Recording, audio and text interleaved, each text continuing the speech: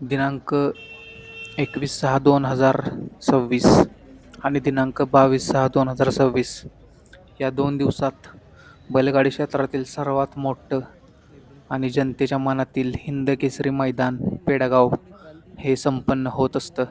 आणि याच मैदानामध्ये आपल्या सर्वांचा लाडका द्वादशम हिंदकेसरी बकासूर हा देखील पळत असतो आणि त्याने याच्या आधी देखील हे मैदानं गाजवलेली आहेत.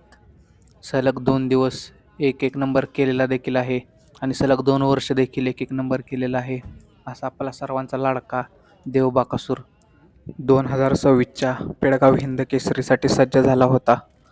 परंतु मित्रांनो, ओपनला काय झालं? ओपनला बकासूर आणि सुंदर ही जोडी आपल्याला या मैदानामध्ये पळताना दिसणार होती आणि गटाला अतिशय चांगलं स्पीड लागलेलं आणि गाडीने गट पास देखील केला. परंतु मित्रांनो, यश अपयश हे होत राहतं आणि बकासूरची गाडी सेमीसाठी गेली आणि सेमीला बकासूरला दुसऱ्या सेमीमध्ये हार पत्करावी लागली. परंतु हार जीत होत राहते आणि यावर्षी बकासूरला हार भेटली. परंतु याच्या आधी देखील बकासूरने ही पेडगावची मैदानं गाजवलेली आहेत. सलग 2 वर्ष देखील एक नंबर करून दाखवलेला आहे आणि बकासूर आपल्या प्रेक्षकांसाठी, मालकासाठी, संपूर्ण महाराष्ट्रासाठी नेहमीच चांगल्या पद्धतीने पळत असतो आणि लोकांचं मनोरंजन करत असतो. त्याची ती शैली लोकांना आवडते म्हणून लोक त्याच्यावरती प्रेम करतात आणि त्याला महादेवाचा नंदी देखील समजतात आणि साक्षात तो महादेवाचा नंदीच आहे. कारण एका गावठीपासून ते द्वादशम हिंद केसरीचा प्रवास एवढं सोपी गोष्ट नाही. याच्यासाठी भरपूर मेहनत घ्यावी लागते आणि ते कोणाचं पण काम नाही. ते या आपल्या गावठी बकासूरनं करून दाखवलं आणि खरी गोष्ट आहे मित्रांनो, बकासूर याच्या आधी भरपूर मैदानामध्ये चांगल्या प्रकारे पळाला.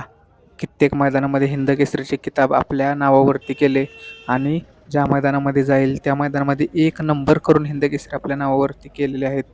आणि अशी अनेक बरीच मैदान आहेत, म्हणजे आपण विचार पण करू शकत नाही एवढ्या मैदानात बकासूरने एक नंबर केलेला आहे. आणि 1-2 मैदानामध्ये त्याचा पराभव झाला म्हणून त्याचा इतिहास संपत नाही आणि इतिहास त्यानं असा करून ठेवला आहे, येणाऱ्या काळामध्ये कोणत्याच नंदीला ते शक्य नाही की बकासूरचा इतिहास मोडावा आणि नवीन इतिहास आपल्या नावाचा तयार करावा. आतापर्यंत खूप नंदी होऊन गेले, पण बकासूरची सर कोणालाच पूर्ण करता येणार नाही. असा आपला सर्वांचा लाडका द्वादशम हिंद केसरी बकासूर. आणि 22 तारखेला जे आजचं मैदान झालं म्हणजे आज, या मैदानामध्ये देखील बकासूरची गटाला हार झाली. कित्येक लोकांनी स्टेटस टाकले, चांगले वाईट. परंतु मित्रांनो, हार होत राहते कारण हरल्याशिवाय आपल्याला कळत नाही की आपल्यात काय कमी आहे. मग तेच बकासूर पुढच्या मैदानामध्ये देखील करून दाखवतो. तसंच मागच्या वर्षीसुद्धा झालेलं पेडगावच्या मैदानामध्ये बकासूरची सेमीला हार झाली. हार झाली म्हणण्यापेक्षा त्याच्या सेमीमध्ये होता सर्वांचा लाडका बिंजोडचा बादशाह मथुर.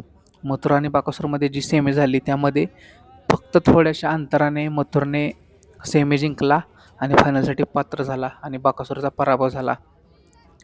तेव्हाच बकासूरच्या फॅन लोकांसाठी खूप वाईट बातमी होती ती. परंतु त्यानंतर माळशिरसचं मैदान झालं आणि त्या मैदानामध्ये सांगून बकासूरने एक नंबर करून दाखवला आणि आपल्या चाहत्यांना सांगून दिलं, दाखवून दिलं की बैलगाडा क्षेत्रामध्ये हा बकासूर काय करू शकतो. एका गावठीपासून ते एका हिंद केसरीचा प्रवास हा आपल्या बकासूरचा आहे आणि अशा आपल्या बकासूरला कधीच कोणी ट्रोल करू नका, त्याच्याबद्दल वाईट कमेंट करू नका, कारण जनतेच्या मनातील हिंद केसरी नंदी बकासूरसुद्धा आहे. मित्रांनो, असंच प्रेम आपल्या बकासूरपर्यंत शेवटपर्यंत करत राहावं, तो कधीच तुम्हाला नाराज करणार नाही.